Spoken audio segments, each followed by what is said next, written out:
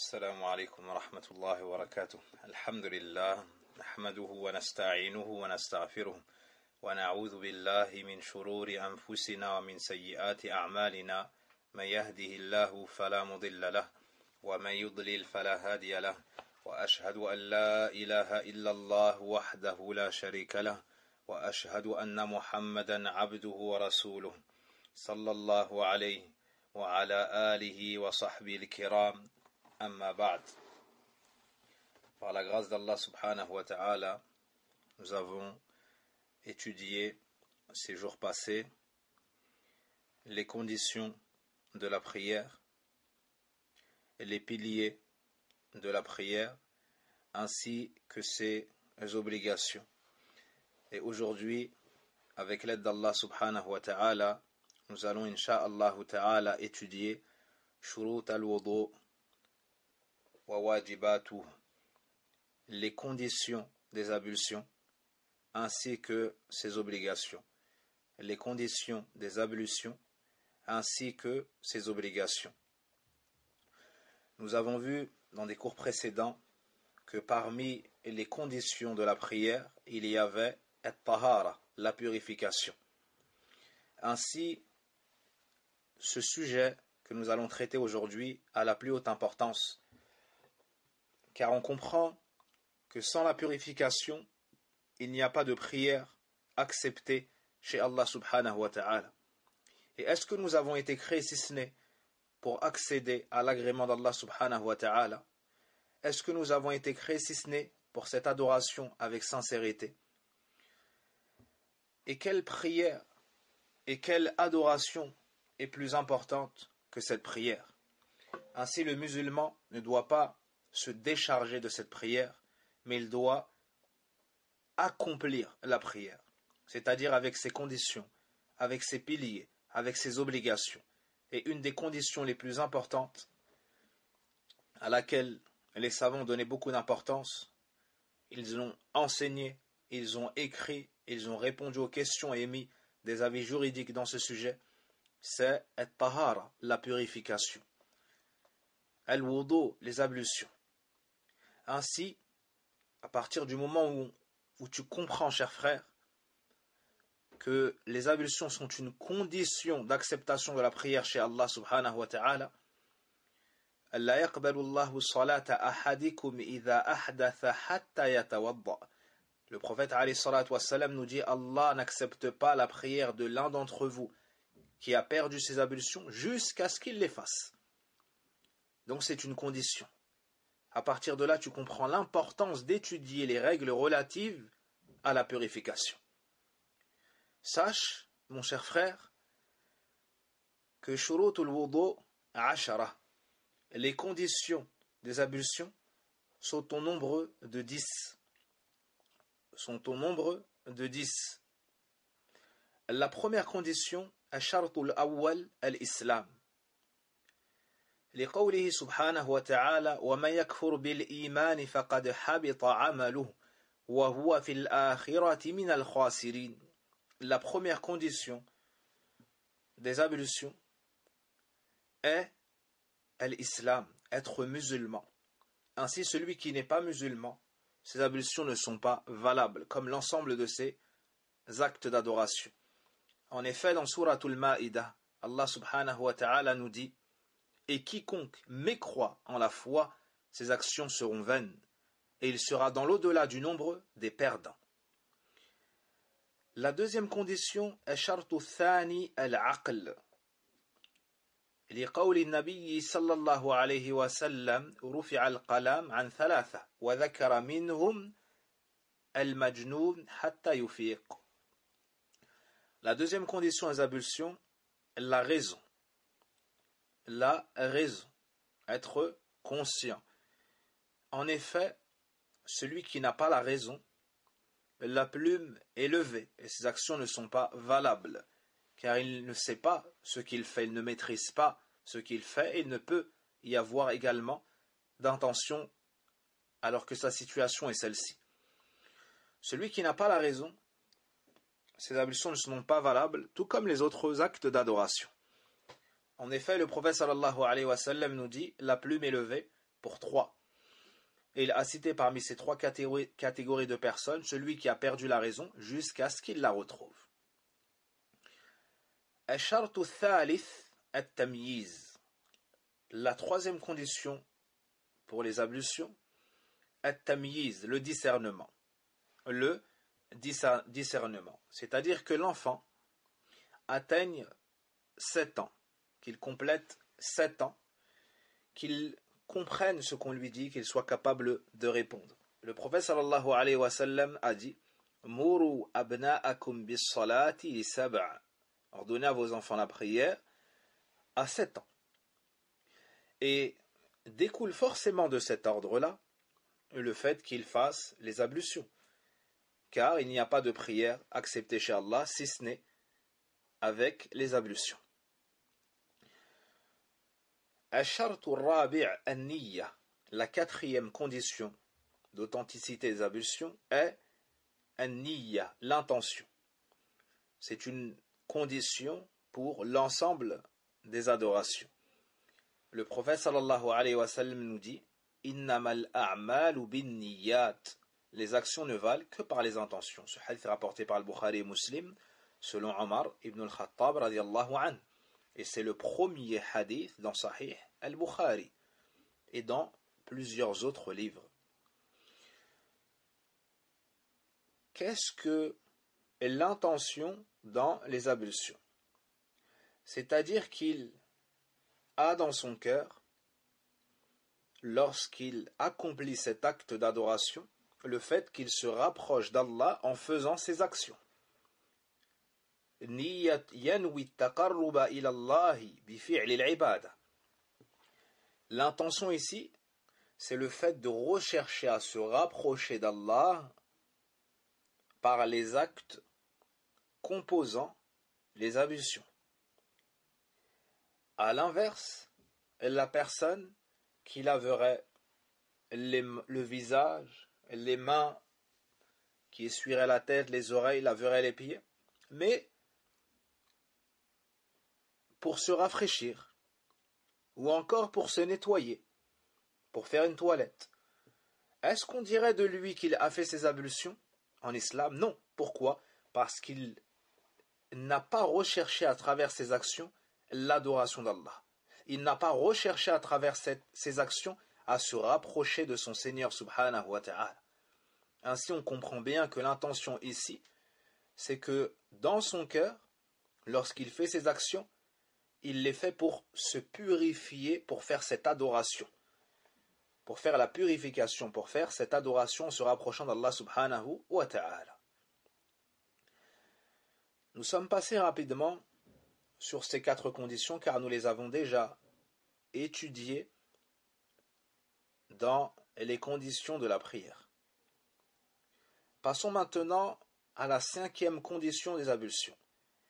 الشرط الخامس استصحاب حكمها.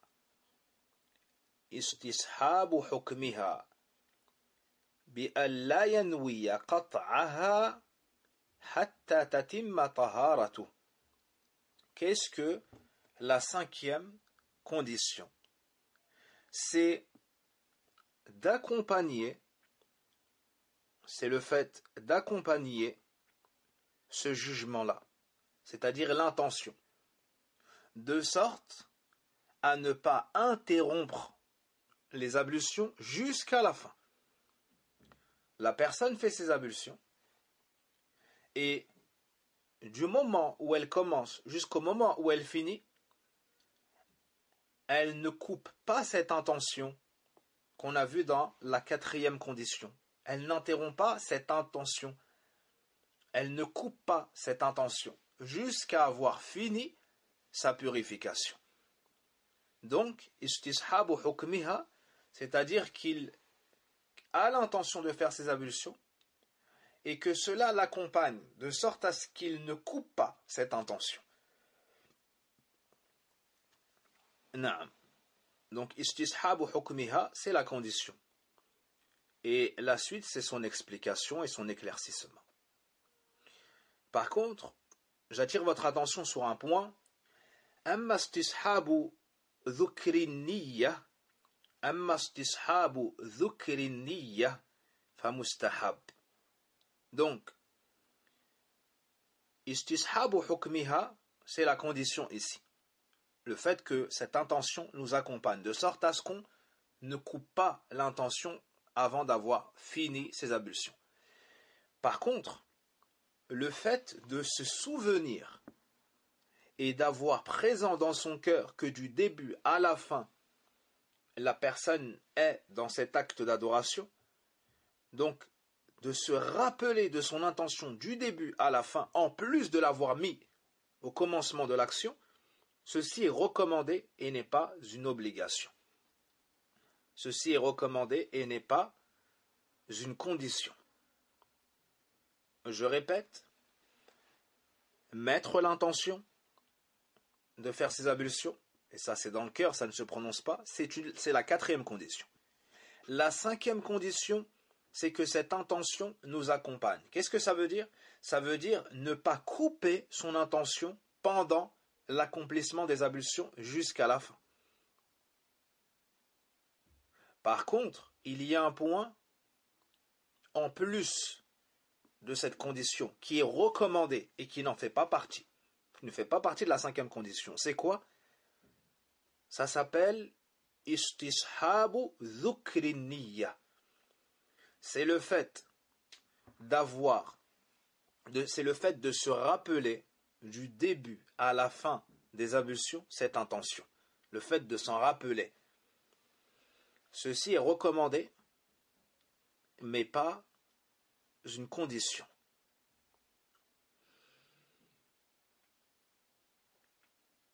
Al-shartu al-sadis, la 6e condition, inqita'u mujibil wudu'. Inqita'u mujibil wudu'. La cessation de tout ce qui coupe les ablutions. La cessation et l'interruption de tout ce qui peut couper les ablutions.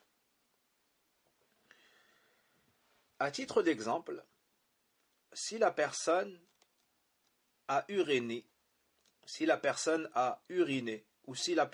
a un gaz, akramakumullah, cette condition signifie pour son cas qu'elle doit finir d'uriner, elle doit finir ce gaz-là avant de pouvoir commencer à faire ses ablutions.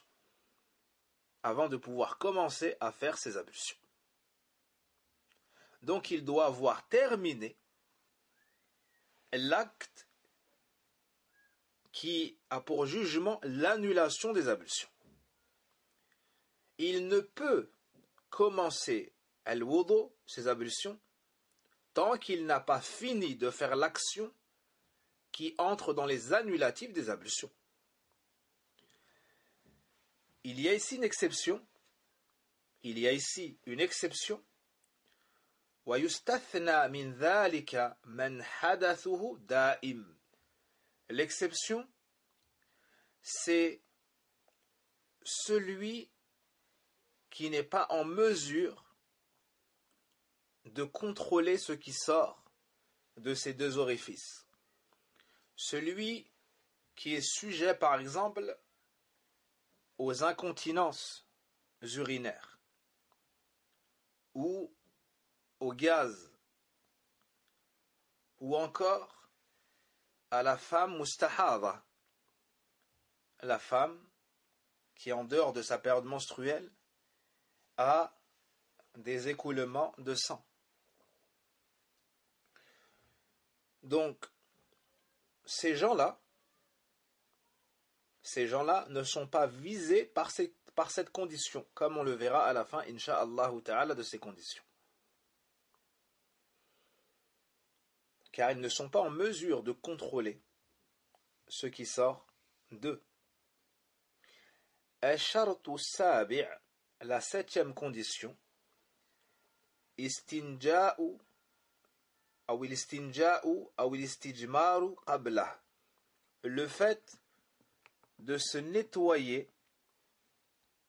les parties intimes avant de faire el wudu. quelle est la condition ici? Qui concerne cette condition? هذا الشرط إنما هو لمن قضى حاجته قبل الوضوء. Cette condition concerne uniquement la personne qui a effectué ses besoins, qui a accompli ses besoins avant de faire ses ablutions. Quant à celle qui n'a pas accompli ses besoins, cette personne n'est pas visée par cette condition. Cette personne n'est pas visée par cette condition. Donc, je répète, il n'y a pas l'obligation ni la condition d'aller aux toilettes pour se nettoyer avec de l'eau devant ou derrière, ou avec du papier toilette devant ou derrière, ou autre chose qui a le même jugement, dans le cas où nous n'avons pas effectué nos besoins. Mais cette condition ne concerne que celui qui a fait ses besoins avant. Non pas comme le pensent certains, qu'il faut obligatoirement passer aux toilettes avant de faire ses ablutions. C'est une idée reçue et répandue qui n'est pas bonne, elle est plutôt erronée. Donc comprenez cela et propagez-le. Barakallahu fikum. Et ceci fait partie de la mansuétude de cette religion et de sa facilité. Al-istinja, ce terme-là, signifie qat'un naju. Wa huwa 'amun bil ma' aw ghayrihi. Al-istinja, c'est le fait de se nettoyer après avoir uriné ou défecté, que ce soit avec de l'eau ou ce qui prend son jugement comme le papier toilette et autres. Quant au terme al-istijmar, wa izalatul bawli aw al-gha'iti bi hajaratin aw ma fi hukmiha. Al-istijmar, par contre, c'est le fait de se nettoyer pour ôter l'urine, c'est le fait de se nettoyer après avoir uriné ou défecté avec des pierres, ou ce qui a le même jugement, comme le papier toilette.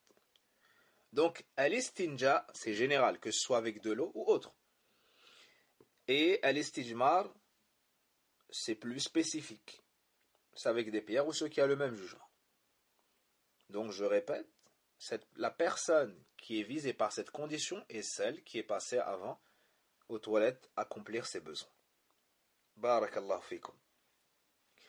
Ash-shartu thamin, la 8e condition, tahuriyatul ma', la pureté de l'eau. C'est-à-dire que l'eau doit être pure.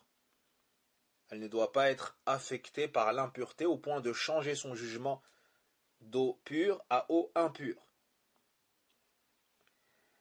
Donc, nous devons utiliser de l'eau qui n'est pas souillée par des impuretés au point d'en changer son jugement. Comment est-ce qu'une eau pourrait devenir souillée dans la religion, à un point tel qu'on ne puisse plus l'utiliser pour se purifier avec?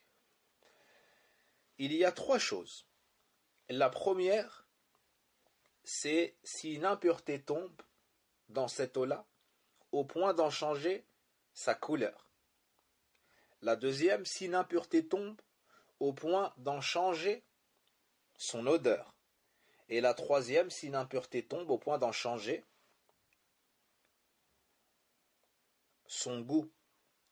Donc, l'odeur, la couleur et le goût. Si une impureté tombe dans l'eau et que ça modifie l'une de ces 3 caractéristiques, on dira que cette eau n'est plus pure, mais elle est devenue impure. On ne peut l'utiliser pour faire al-wudu ni al-ghusl.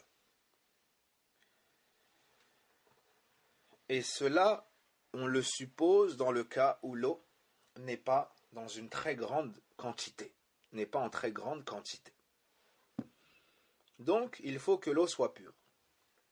Il y a un autre sujet, c'est la laïcité de l'eau. Yani, dans le cas où la personne a volé de l'eau, est-ce qu'il peut faire el wudu avec? Est-ce que ce sera valable? Dans le cas où la personne a arraché cette eau-là, dans le cas où la personne a utilisé cette eau qui avait été donnée pour des œuvres précises et non pas pour el wudu, est-ce que cette wudu-là est valable ou pas? Les savants ont divergé. Certains ont dit que oui, la condition c'est juste qu'elle soit pure. Donc ces ablutions seront valables, mais il aura en plus de cela le péché. Il aura le péché. Donc, ça n'invalide pas ces ablutions, mais il aura atteint la purification, il aura fait ses ablutions, elles seront valables, mais avec cela, il aura des péchés. Il aura des péchés. Ceci est l'avis prépondérant chez beaucoup de savants, et d'autres savants disent que si l'eau est volée, si elle ne lui est pas licite, alors les ablutions ne sont pas valables. الشرط التاسع إزالة ما يمنع وصول الماء إلى البشرة.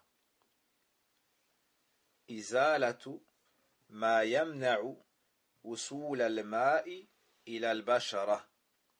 Le fait d'ôter tout ce qui empêche l'eau d'atteindre la peau. Le fait d'ôter, d'enlever tout ce qui empêche l'eau d'atteindre la peau de la personne. Quant au fait que la peau de la personne ait changé de couleur suite à une teinte due par exemple au henna ou autre, ceci n'invalide pas les ablutions. Ceci n'empêche pas de faire el wudu. Mais il s'agit plutôt ici d'enlever par exemple la farine sur les mains du boulanger, la peinture sur les mains du peintre et ce genre de choses, le tipex sur les mains de l'étudiant ou de l'écolier et ce genre de choses, le vernis à ongles sur les doigts de la femme, sur les ongles de la femme et ce genre de choses. Et ce genre de choses. Et les savants, pour ce sujet, ont émis une fatwa pour la personne qui est éprouvée au quotidien par ce genre de choses. C'est-à-dire que son métier l'amène à se retrouver dans des situations où il y a des petites parties de son corps qui sont sujettes à cela. Il n'a pas la garantie, il n'a pas la certitude à 100% qu'il n'y ait pas un peu de farine dans tel endroit ou un peu de peinture à tel endroit. Donc dans ce cas-là, les savants ont dit fattakullaha mastata'tum. Ils doivent craindre Allah autant que possible. Ils doivent craindre Allah autant que possible et s'assurer qu'ils ont bien enlevé ce qui empêchait l'eau d'atteindre leurs membres. Et si involontairement il reste certaines choses où c'est très difficilement enlevable, alors dans ce cas-là, ils sont excusés. Dans ce cas-là, ils sont excusés. Et Allah dit dans le Coran, La yukallifullahu nafsan illa wus'aha. Allah ne charge pas une âme au-dessus, si ce n'est ce qui est dans sa capacité. Allah ne charge pas une âme, si ce n'est selon ce qui entre dans sa capacité. Et le prophète sallallahu alayhi wa sallam dit, Inna hadha ad-din yusrun. Certes, cette religion est facilitée. Certes, cette religion est facilitée. Al-shartu al-ashir, la 10e condition, dukhul waqti as-salati fi haqqi man hadathuhu da'im. Dukhul waqti as-salah fi haqqi man hadathuhu da'im. L'entrée de l'heure de la prière pour celui qui perd ses ablutions sans cesse. L'entrée de l'heure de la prière pour celui qui perd ses ablutions sans cesse. Il s'agit ici de la personne qui n'a pas le contrôle. Il s'agit ici de la personne qui n'a pas le contrôle de son conduit urinaire, ou bien qui n'a pas le contrôle de la sortie de ses gaz. Il s'agit également de la femme qui a un écoulement de sang en dehors de sa période, en continu. Donc ces gens-là ont une condition particulière. Ces gens-là ont une condition particulière. C'est d'attendre l'entrée de l'heure.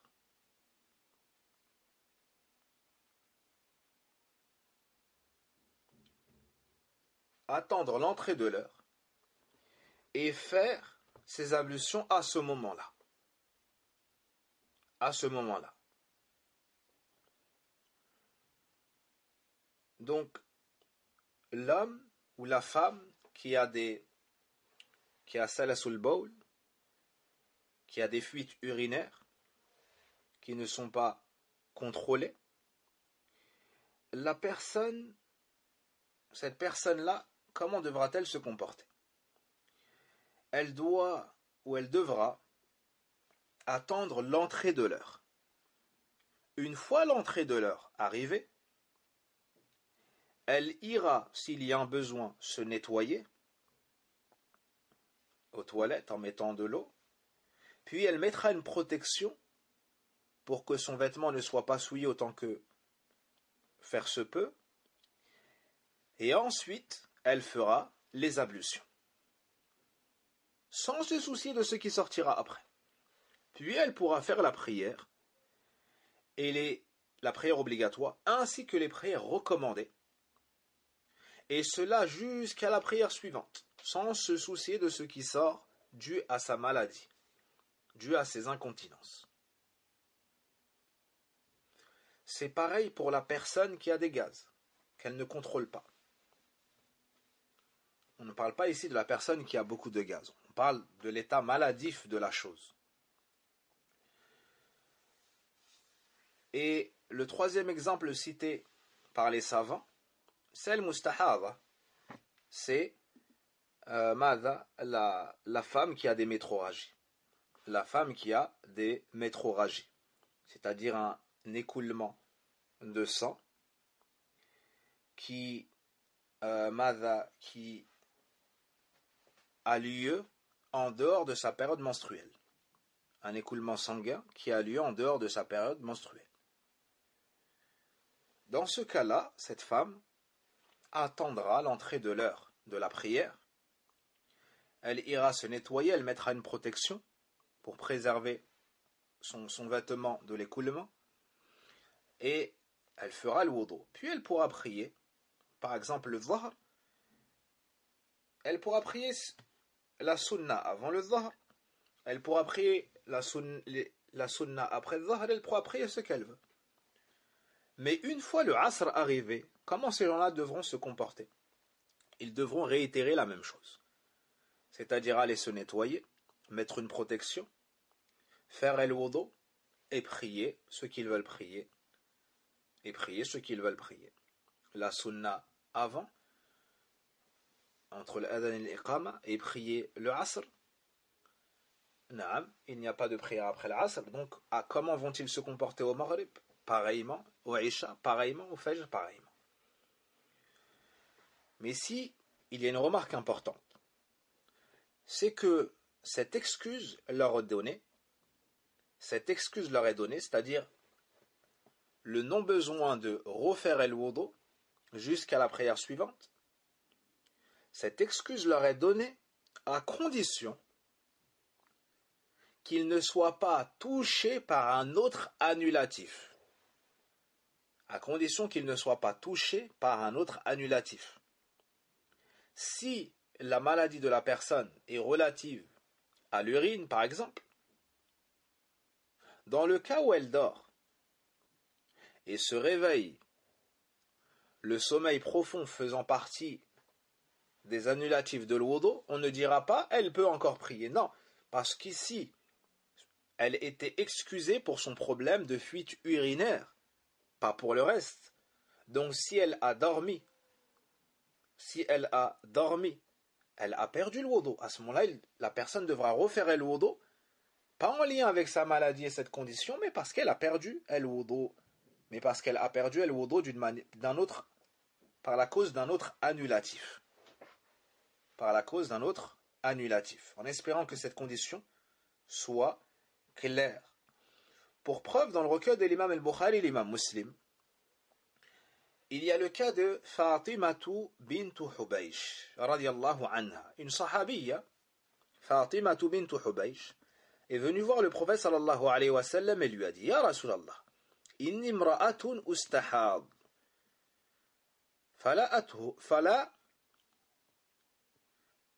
Elle lui a dit: ô messager d'Allah, je suis une femme en métrorragie. Fala atharu afa ada'u as-salah. Je ne deviens jamais pur. Je ne suis jamais pur. C'est-à-dire, ce sang-là ne s'arrête jamais. Dois-je délaisser la prière? Qala la innama dhalika irqun laysa bihayd. Il lui a dit non. C'est-à-dire, tu ne dois pas délaisser la prière. Ceci n'est qu'une veine. C'est-à-dire, c'est une veine qui a été touchée, d'où cet écoulement de sang. C'est une veine. Et ce sang-là n'est pas des menstrues. فَإِذَا أَقْبَلَتْ حَيْضَتُكِ فَدَعِ الصَّلَاةِ. Ainsi, lorsque tes menstrues arrivent, délaisse la prière. وَإِذَا أَدْبَرَتْ فَاغْسِلِي عَنْكِ الدَّمَ ثُمَّ صَلِّي. Et lorsque tes menstrues disparaissent, ou partent, dans le sens s'arrêtent, lave-toi, ou lave de toi le sang, naam, puis accomplis la prière. Accomplis la prière. قال أبي ثم توضئي لكل صلاة حتى يجيء ذلك الوقت. Ubay a ajouté: puis accomplis tes ablutions pour chaque prière jusqu'à ce que le temps vienne. Jusqu'à ce que ce temps vienne. Puis accomplis tes ablutions pour chaque prière jusqu'à ce que ce temps vienne. Les savants ont tiré de ce hadith que la femme sujette au métrorragie doit refaire el wudu pour chaque prière. Pour chaque prière à l'entrée du temps. Et que ce jugement est également appliqué sur la personne qui est sujette aux incontinences. Qui est sujette aux incontinences non contrôlées en continu. Ces gens-là doivent se comporter de la même manière, c'est-à-dire refaire el wudu pour chaque prière. Voici les conditions des ablutions. Elles sont au nombre de 10, 8 concernent tout le monde et 2 sont des cas particuliers. L'islam, être musulman, la raison, atteindre le discernement, l'intention, le fait d'accompagner son intention, c'est-à-dire ne pas avoir l'intention de l'interrompre jusqu'à avoir fini ses ablutions, cesser tout acte qui annule les ablutions,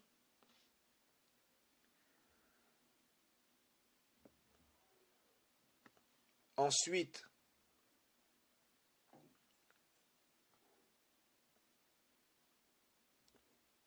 se nettoyer et les parties intimes avant de faire les ablutions.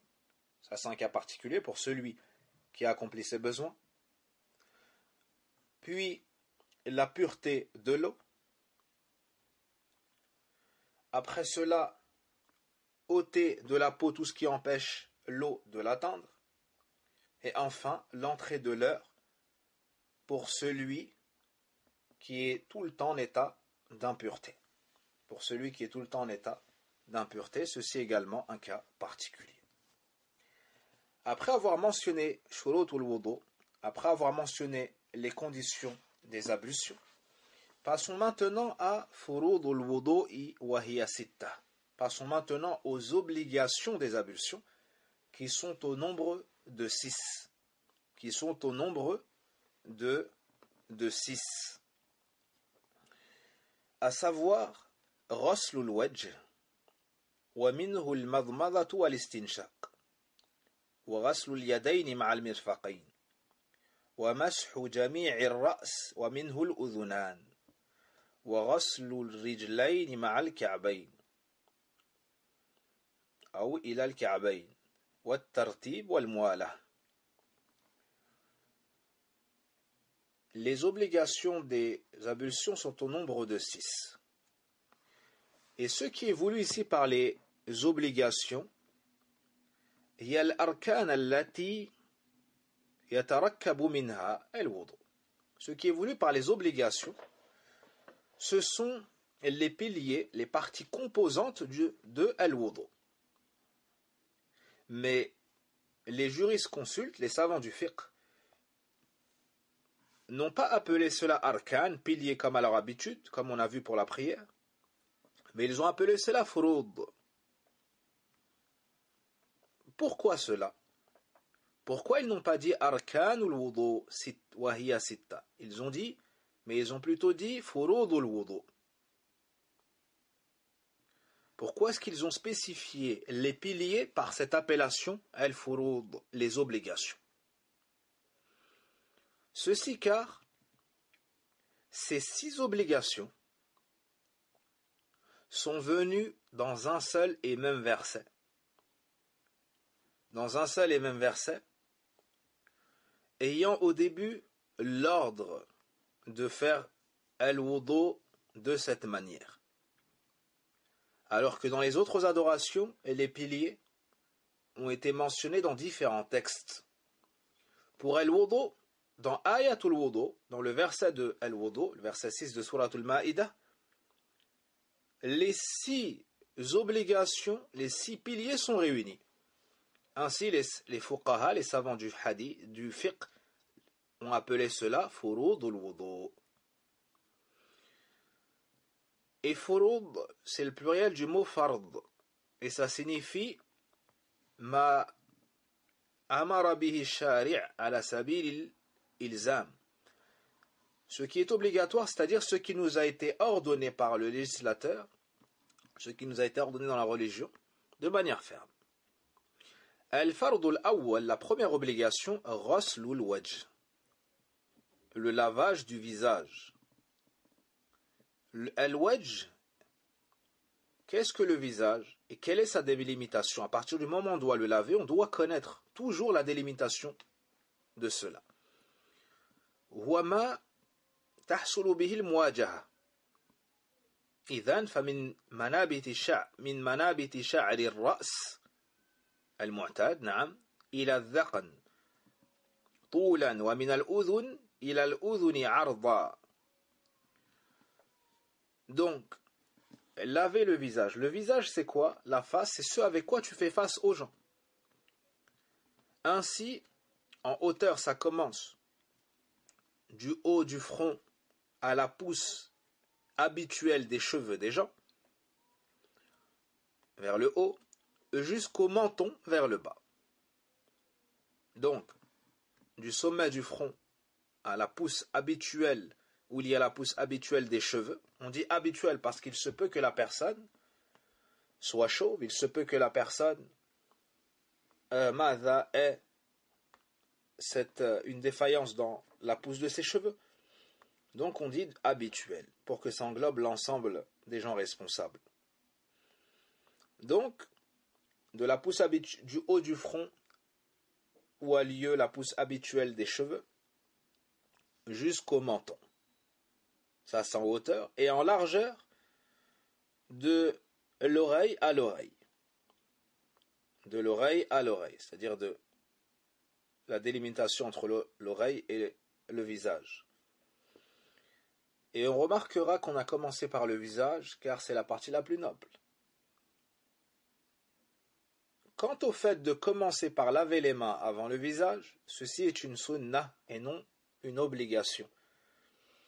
Sauf dans le cas où la personne est partie se coucher la nuit, a dormi et se réveille. Là, oui, c'est obligatoire de laver ses mains à 3 reprises, car le prophète sallallahu alayhi wa sallam nous dit que celui qui a dormi la nuit, al-baytuta, c'est le sommeil de la nuit, qu'il se lave les mains 3 fois avant de les mettre dans le récipient, car elle ne sait pas où ses mains ont passé la nuit.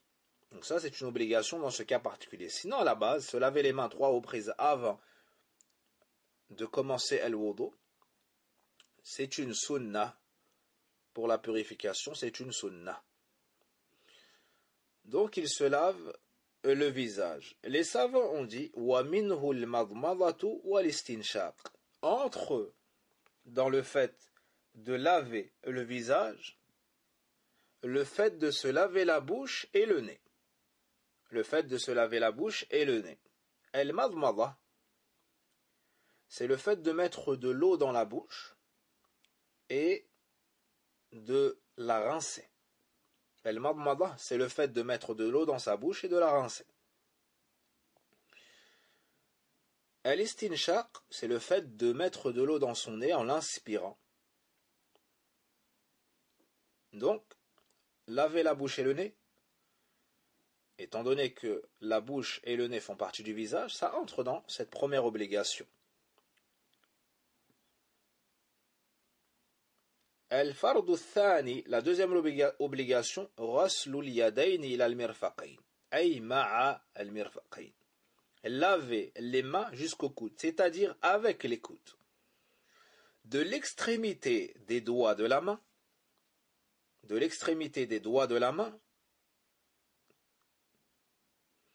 jusqu'au coude y compris.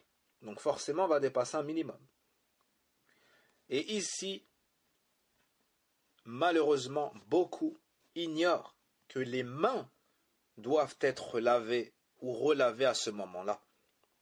Les mains doivent être lavées à ce moment-là. C'est cela qui est l'obligation. Certains lavent du poignet jusqu'au coude.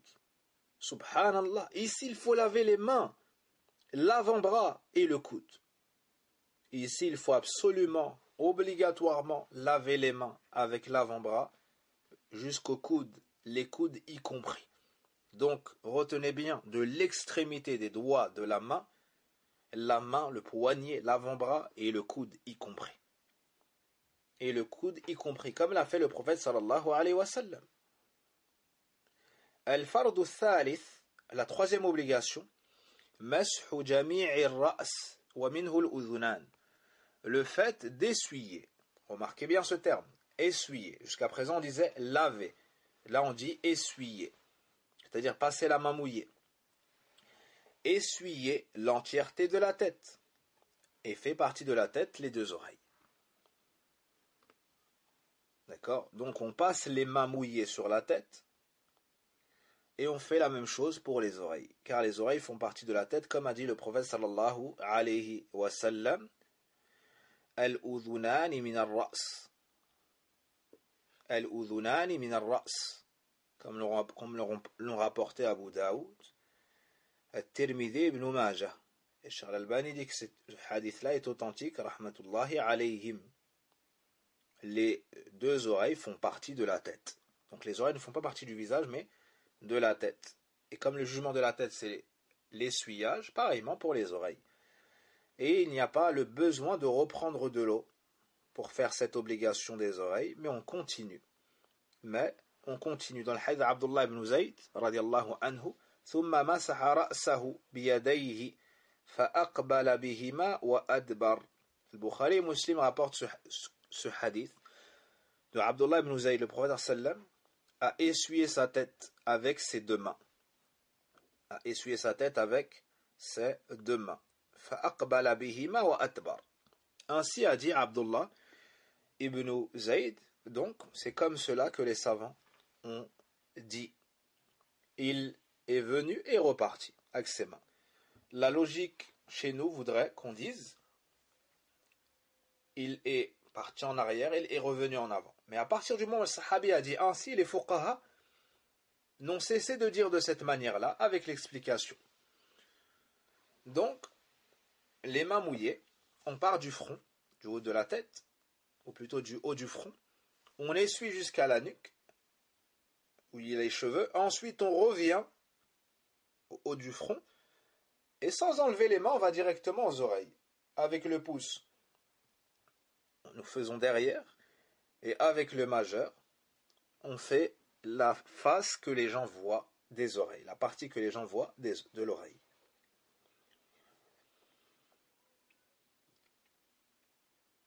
Al-Fard al-Rabi'. Donc ici, il faut bien essuyer toute la tête. Il faut bien essuyer toute la tête, pas qu'une partie. Al-Fard al-Rabi', la quatrième obligation, ghaslu ar-rijlayni ma'a al-ka'bayn. Laver les deux pieds avec les malléoles. Laver les deux pieds avec les malléoles. Les malléoles sont étant les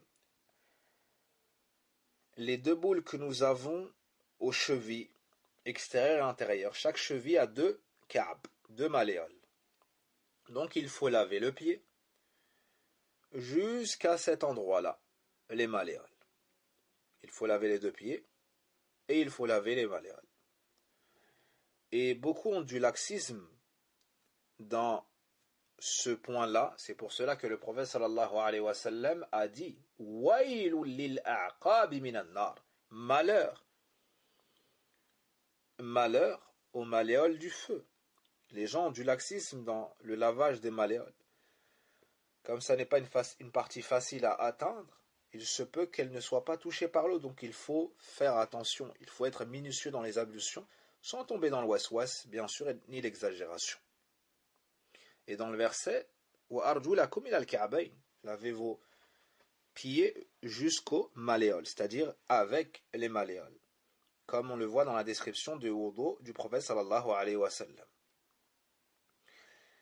Et cette quatrième condition est énoncée ainsi, car la plupart des gens qui font le wudu ne sont pas chaussés de chaussons ni de chaussettes. Mais dans le cas où la personne porte des chaussons ou porte des bottines ou des chaussettes par exemple, donc où son pied est recouvert, l'obligation ne sera plus le lavage, mais simplement l'essuyage du haut, jusqu'à la cheville, avec les conditions énoncées dans les livres de fiqh. Al-Fard al-Khamis, la cinquième obligation, at-tartib. La cinquième obligation, at-tartib, c'est-à-dire observer l'ordre mentionné dans le verset de l'wudu, mentionné dans la description du wudu du prophète sallallahu alayhi wa sallam. At-tartib, c'est le fait de laver un membre après l'autre jusqu'à la fin de l'wudu de la manière que le wudu nous a été légiféré. Quelle est la preuve de l'obligation du suivi de l'ordre mentionné dans le verset qu'on citera incha'Allah? C'est que on a fait entrer l'essuyage de la tête, entre le lavage de deux choses, à savoir les mains jusqu'au coude et les pieds jusqu'aux malléoles. Et dans la langue arabe, l'éloquence veut qu'on unisse entre les caractéristiques semblables d'une chose et qu'on sépare lorsqu'il y a une différence. Donc on joint ce qui est pareil. Et là vous remarquerez qu'on a fait rentrer une chose à essuyer au milieu de choses à laver. Cela nous indique que cet ordre-là est voulu et obligatoire. Idkhalu mamsuhin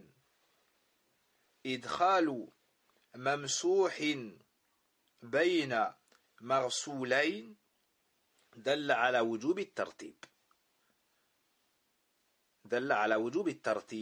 Le fait d'avoir mis en plein milieu l'essuyage de la tête, en plein milieu de lavage de partie, ça nous montre que c'est à cet endroit qu'il faudra le faire et pas à un autre. Donc il faut suivre cet ordre-là. Le visage, ensuite les mains jusqu'au coude, ensuite essuyer la tête, ensuite laver les pieds. Il faut respecter cet ordre-là. On n'a pas le droit de commencer par autre chose, de finir par autre chose, de mélanger. Voici ce qui est voulu par cette obligation lorsqu'on dit at-tartib, lorsque les fuqaha disent at-tartib, les fuqaha étant les savants du fiqh, de la jurisprudence. Amma, par contre, tartibu mayamini udwin ala mayasirihi fasunna. Par contre, le fait de commencer par le lavage du membre droit avant le gauche, par le lavage de la main droite avant la main gauche, du pied droit avant le pied gauche, ceci n'est pas obligatoire, mais c'est recommandé. C'est une sunna. Donc le tartib ici, c'est suivre un membre après l'autre. Pas la droite avant la gauche. La condition ici, c'est un membre avant l'autre et non pas la droite avant la gauche.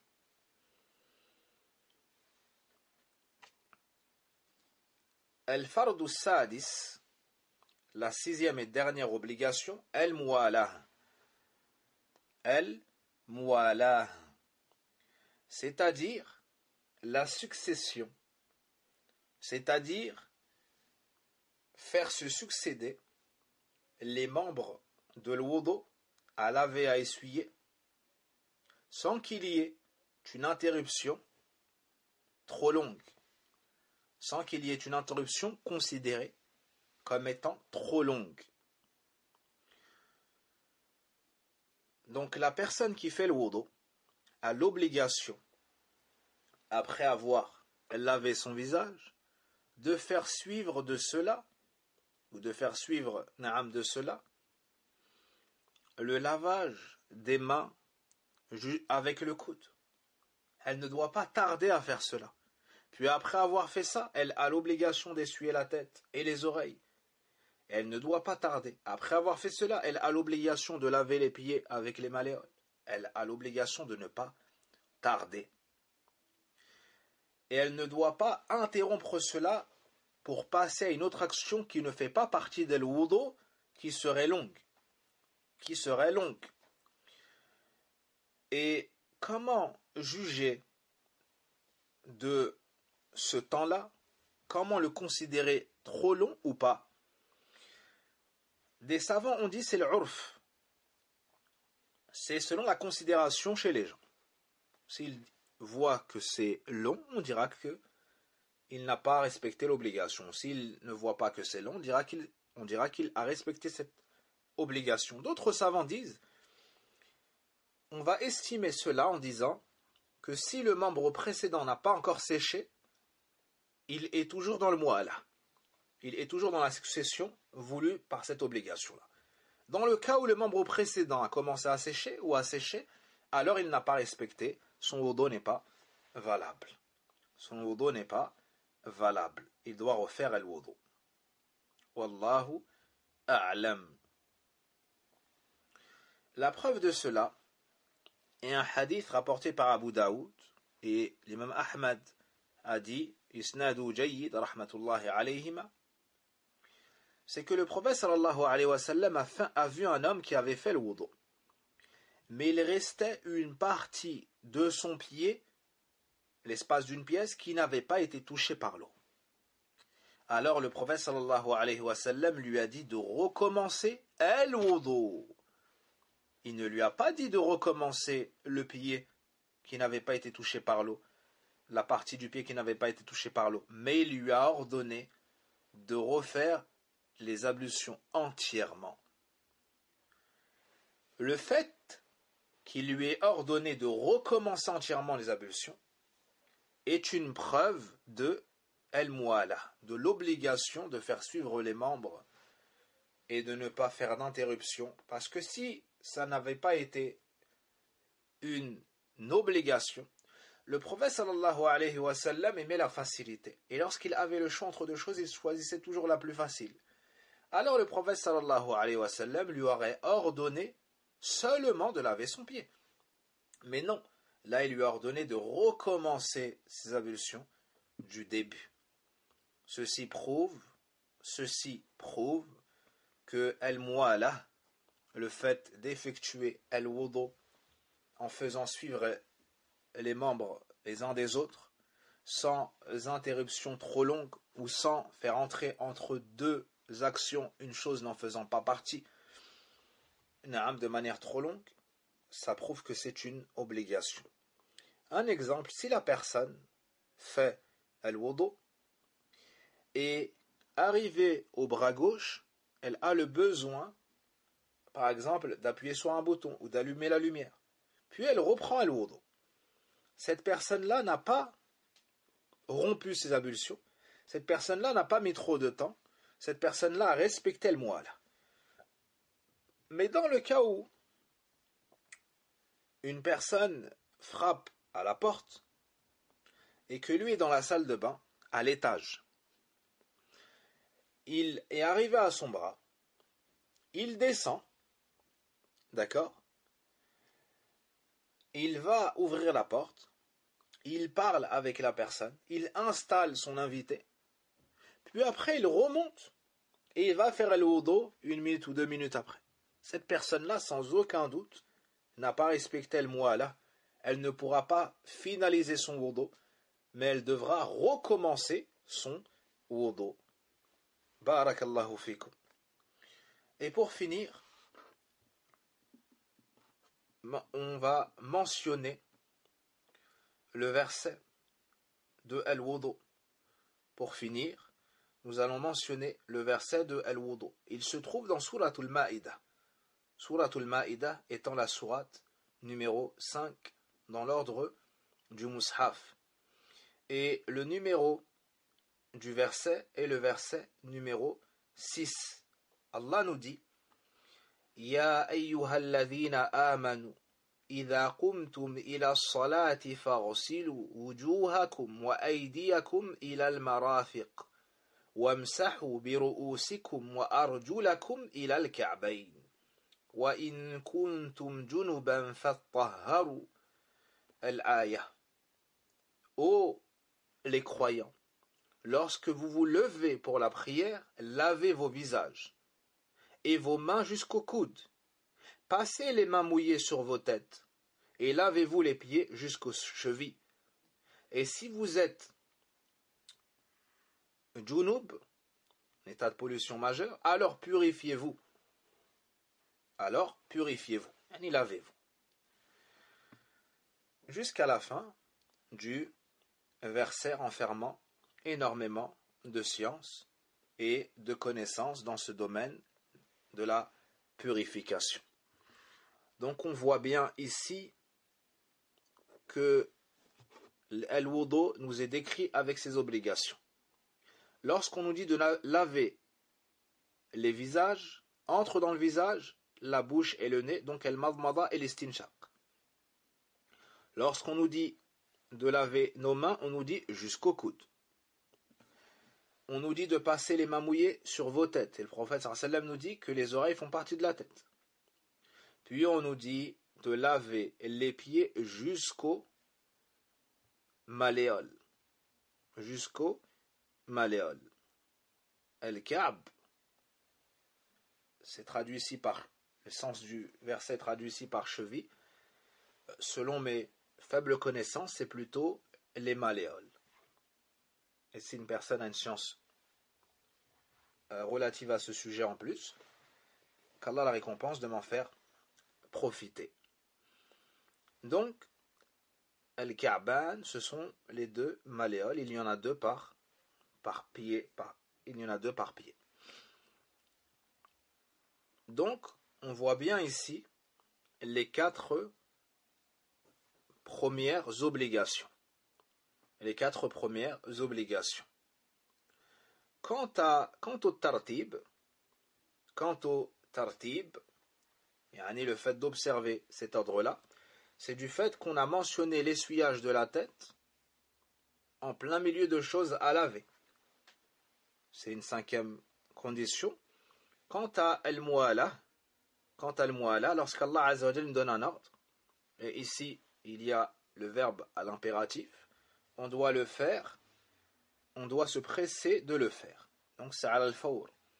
Donc ça montre al-mu'ala en plus du hadith qu'on a mentionné.